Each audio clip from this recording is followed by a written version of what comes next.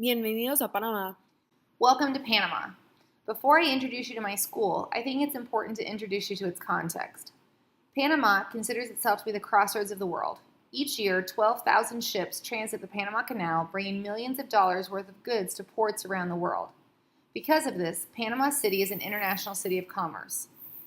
From the canal's opening in 1914 through 1979, when the Torrijos-Carter Treaty returned the zone to Panama, the United States controlled the Canal Zone, a 10-mile-wide zone surrounding the canal. The U.S. officially handed over the canal in 1999. Because of this, Panama is a nation of two stories. The first is that of the lives and cultures and values of local Panamanians and that of U.S. involvement in Panama. Crossroads Christian Academy, CCA, sits, as the name suggests, at the crossroads of those stories. CCA started in 1997 and is a ministry of Crossroads Bible Church. Though we share facilities, there is no direct relationship between the school and church activities. CCA is a private American-style school with approximately 270 students from K-3 through 12th grade. Of those students, about 30% have Panamanian citizenship. Another 45% of the student body would be considered non-Panamanian, although they consider Panama their home. The final 25% would be families who are temporarily in Panama from a variety of countries, from reasons ranging from diplomacy, banking, humanitarian work, and tourism. Our students represent 15 home countries, with the vast majority of them speaking English as a language additional to their native languages. Each grade has one class with a maximum of 25 students.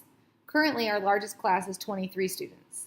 From K-3 through 2nd grade, each class has a teacher and a teacher's aide. Grades 3, 4, and 5 share an aide. Though our school is small, we offer a complete curriculum of academic core courses and special courses in the arts and sports. Our students are required to wear uniforms. Elementary students wear blue shirts, middle schoolers are in red, 9th through 11th graders wear green, and seniors wear black.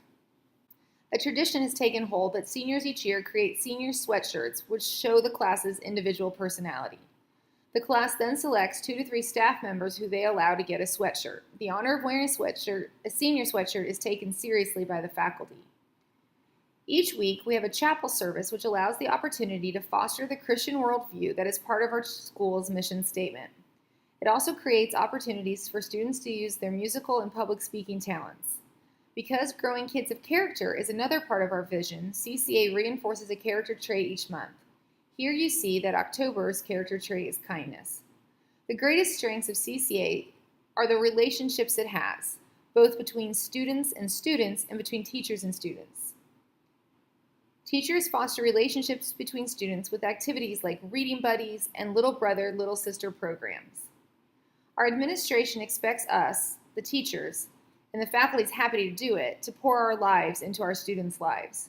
Teachers are assigned as class sponsors, and we intentionally do life with our students outside of the classroom.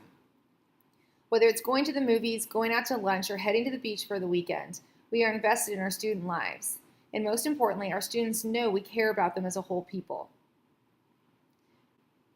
An area where CCA is growing is in school community. We have spirits weeks and basketball nights and fun fairs that encourage our families to show their own international flavor and to come together to create a CCA family.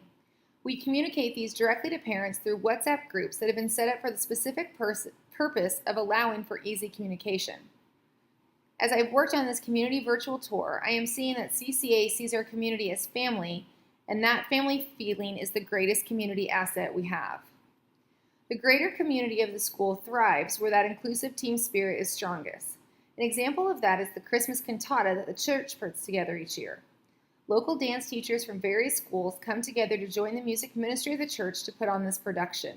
The dance squad is made up of girls and boys who simply want to participate. There are no tryouts and no cuts. Some are professional dancers, some are children from impoverished schools who have never had the opportunity to attend a dance academy. It's a true picture of the greater community of the school coming together.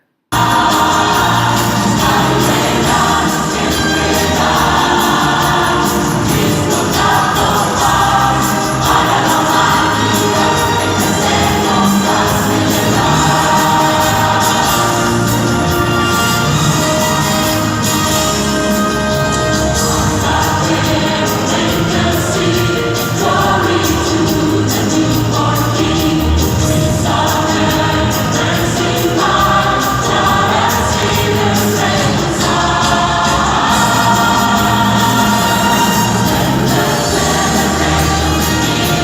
Another amazing aspect of our school community are the many people who come in and share with our students. Here is a picture of Matt Hedspeth. He and his wife, Misty, help rewrite Panama's adoption and foster care laws. They have opened a state-of-the-art orphanage for kids with special needs.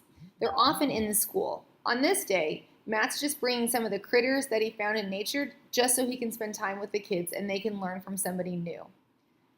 Though the school community has many strengths, there are also challenges that need to be overcome. The first is the tenuous relationship with the church. For reasons that I do not understand and that were not explained to me when I asked, the church has determined the school is not to enroll more than 25 students per class. The church also refuses to add onto the current spaces so that the school rents these portables to add more classroom space. Even with the portables, teachers share classrooms, which cause struggles. Also, since we share the space with the church, we all have to take our turns on Friday turning our classrooms into Sunday school classes. We then come back on Monday morning, hoping to find the classrooms generally the way they're supposed to be, but it takes a while to get ready on a Monday morning. It feels like we, as teachers, are stuck in territorial disputes between the church and the administration. It's in fact so bad that the church has one coffee pot, the school has another coffee pot, and they share the same two outlets. Secondly, the school needs to determine strategies that help overcome the traffic concerns. During the rainy season, which is heaviest from September to December, commute times can easily double. There have been multiple occasions when my 15-minute commute home has taken upwards of 4 hours. As I've talked with parents for this assignment and reviewed my understanding of our school community, I've come to understand that the school's parental involvement issues and concerns are often simply issues of geography. Families who live within 5 to 10 miles of the school are far more able to attend events because the traffic allows them to. Beyond that, their children have much shorter commutes, which gets them home after school sooner. This allows parents more time to have with their students each day. On the other hand, some of our students are away from home for up to 15 hours between the bus ride to and from school.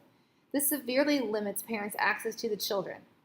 It also limits students' ability to go home after school and then return for an event. One of the changes I'd like to see made is to have more after-school opportunities before big family events, so parents can come straight from work without having to worry about picking up their kids from home, or students having to ride the bus for 2 hours only to turn around and come back.